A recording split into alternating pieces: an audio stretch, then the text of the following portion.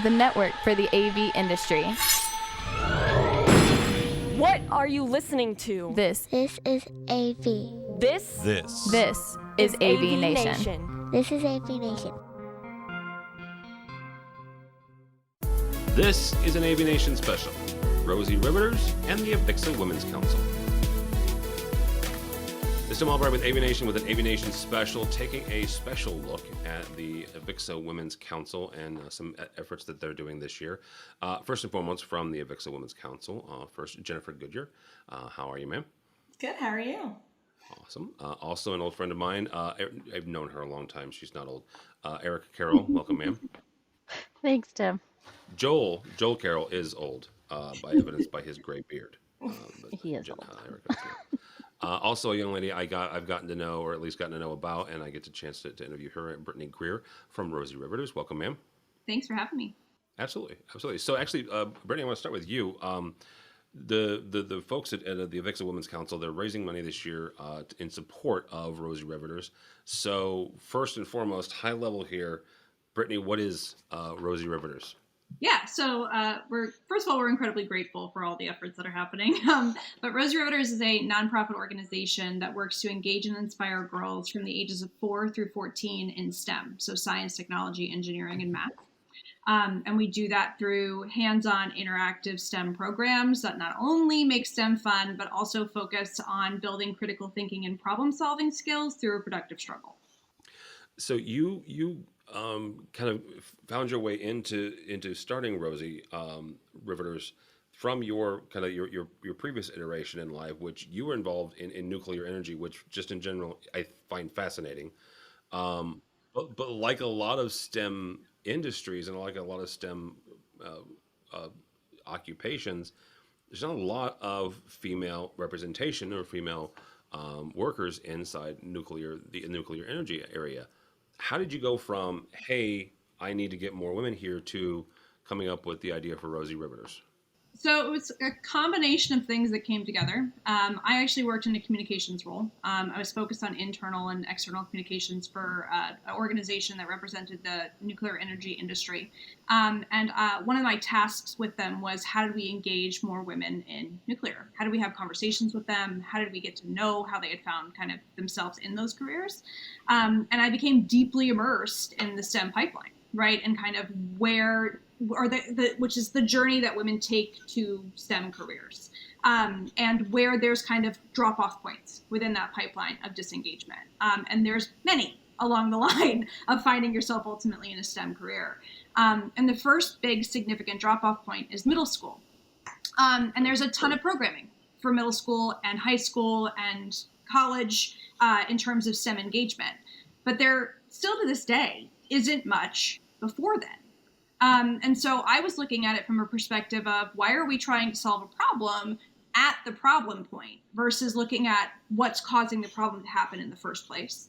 And then the other kind of component that came into play was, I had a baby, and I had a baby in the UK, which meant I had this crazy thing called a year's worth of maternity leave. And had this kind of moment to apply that thought process. And I was reading the book Rosie Revere, Engineer, to my daughter. I had a Rosie Riveters poster on my wall as a young kid. And I was like, wait a minute, well, what's my background? It's communicating complex subject matters to non-subject matter experts, the nuclear industry and politics, which was my previous life, all speak in acronyms that nobody understands.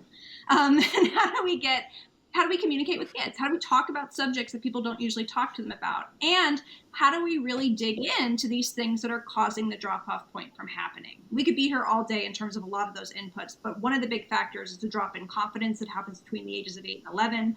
Another big component of that is general exposure to the wider kind of opportunities that are STEM at a younger age, and building critical thinking and problem-solving skills so that girls have the confidence to stay in places where they are not 180% qualified or have done it before or are perfect and gotten all the answers right in the first place.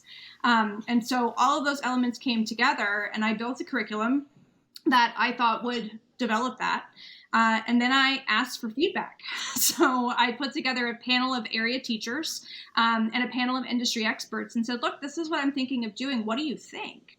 And their feedback across the board was, this is everything we wish we could do. We just don't have the resources to do it. So please go out and do it. I was in the library with my now then almost 1-year-old and saw the fact that there was really young people and really old people and nobody in between. And that there was this look at kind of maker spaces, that how libraries were kind of innovating in a modern age. And so approached my local library and asked if I could take it over effectively for 4 weeks and provide a free program for 42 kids. And they said yes.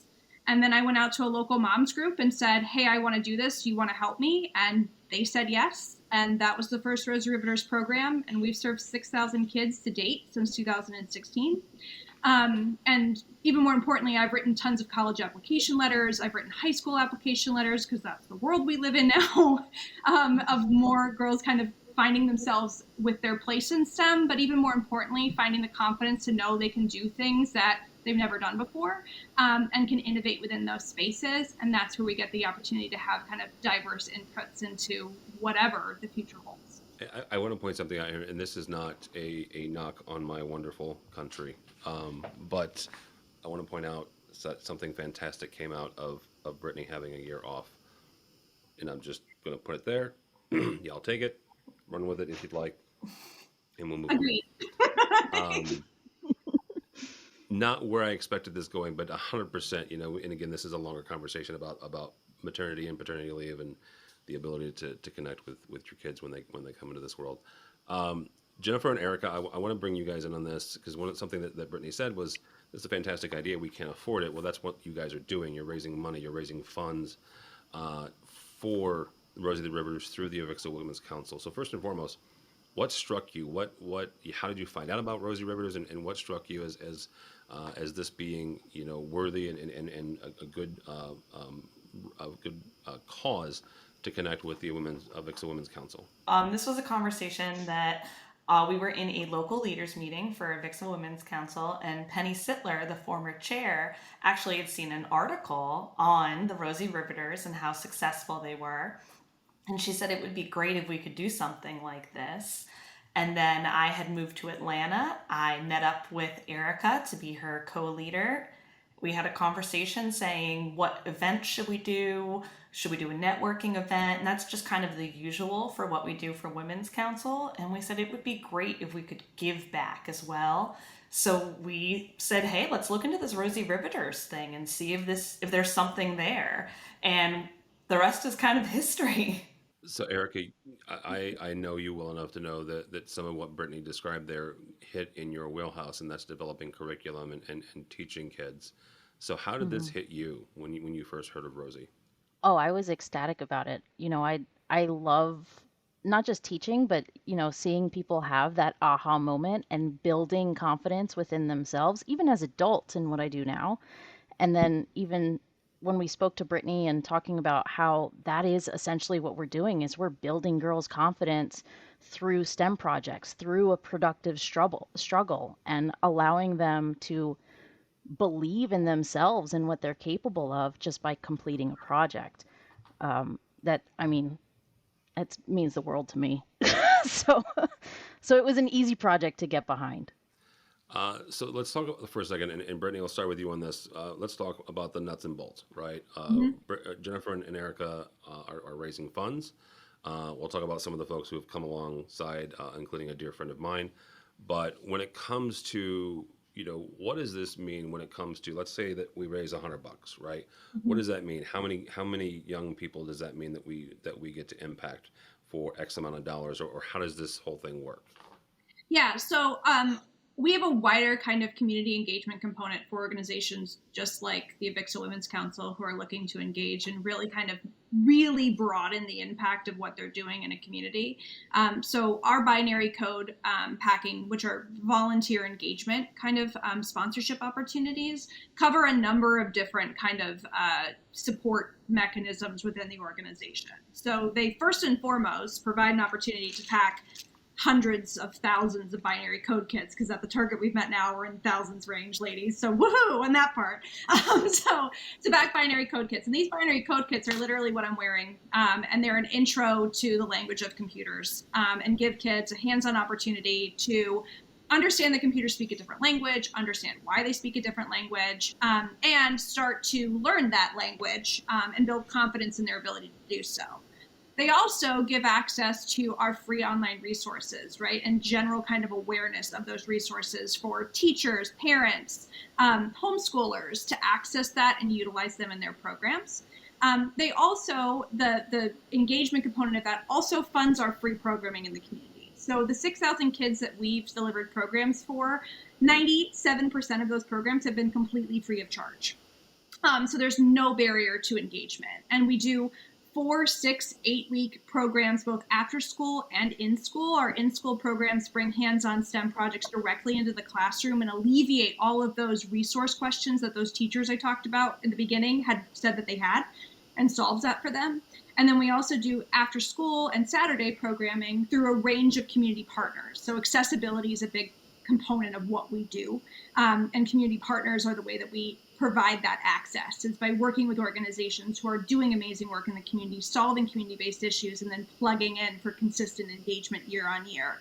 And with this instance, we're working with Blue Star Families, which is the largest military family serving organization. And we facilitate both after Saturday programming with them, but also kind of connection to Purple Star schools and kind of that wider network of the military connected community. So they fund kind of 3 different points of entry. They fund the STEM kits themselves. They bring wider awareness and support of our free STEM projects and resources that are available online through our website at rosieRiveters.com.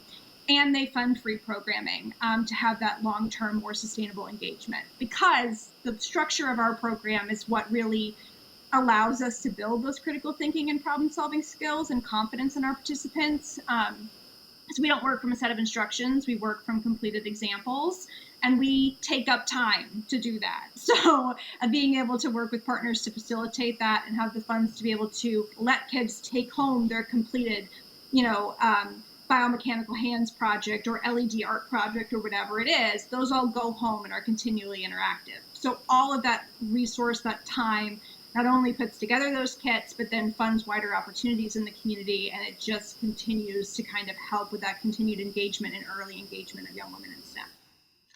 Yeah, that's that right there is incredibly helpful as well, because they can take it home and they can honestly continue to learn as they kind of tinker with it, as it were. Jennifer, this is not cheap. So we have a number of folks in the industry that have come alongside.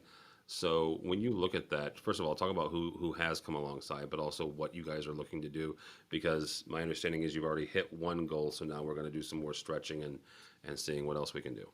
So our title sponsor, that's Bradford Ben, he called us up and said, this is everything that I've always wanted to support. Can you tell me more about it? We told him what we were doing here, and he said, how much do you need?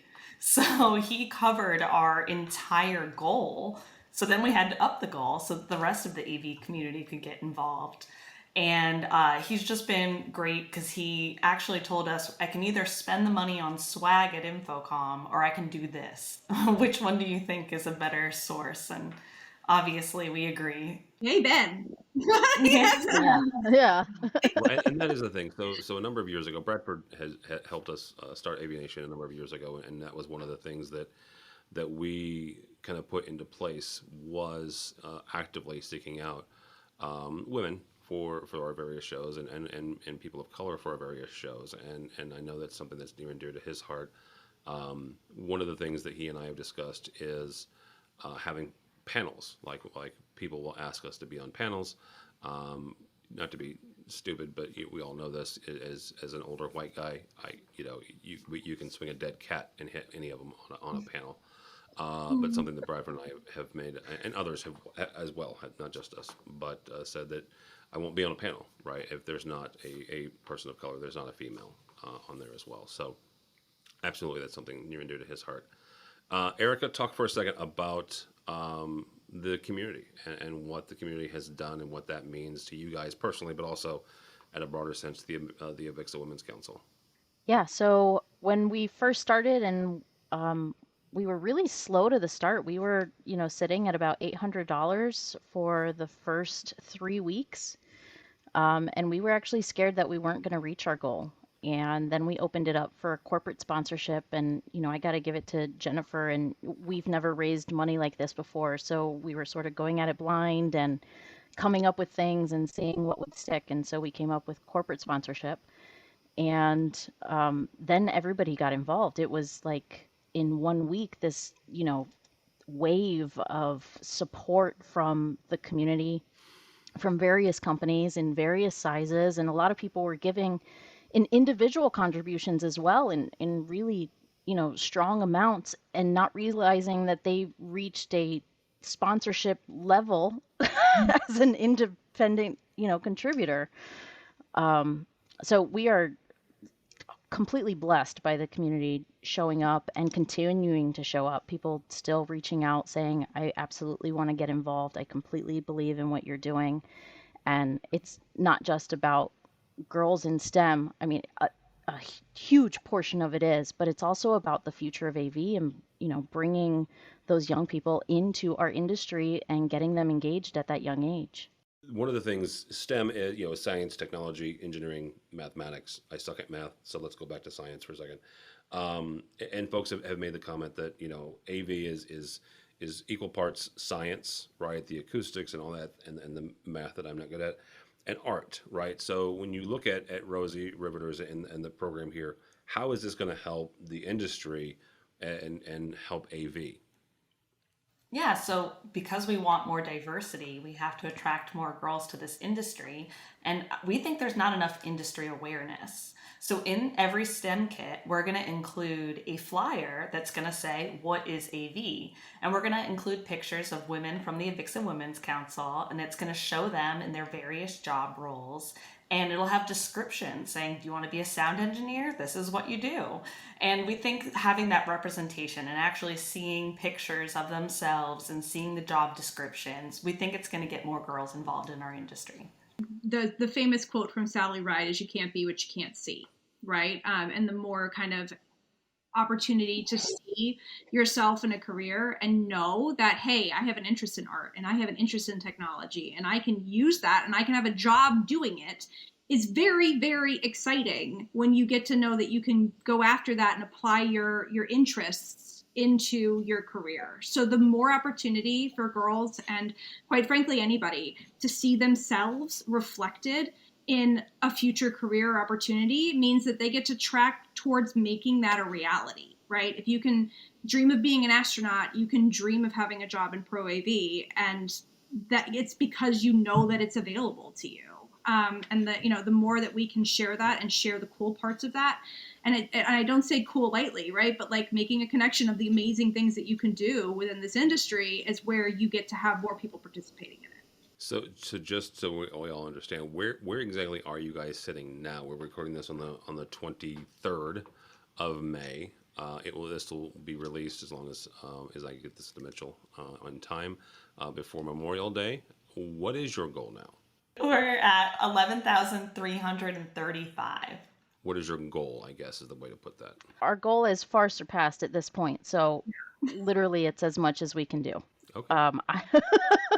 Yeah, well, I was going to say, we originally started this thinking it was just going to be Erica and I doing this here in Atlanta. And because of how our AV industry has stepped up, we're doing this across the nation. So we've already got Texas, Connecticut, and Southern California committing to packing and going to schools.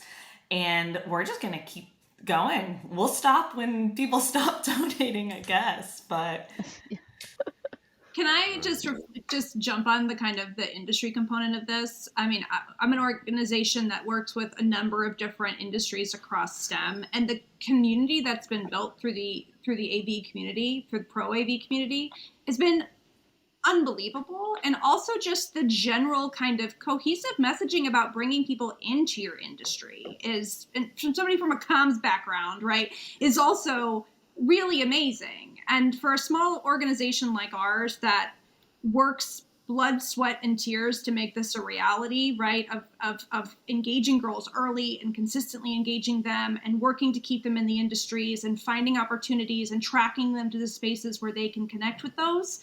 I've said to both of you before about this, right, but it's it's the greatest kind of gift, but beyond even kind of the support of being able to facilitate the programs, which is amazing.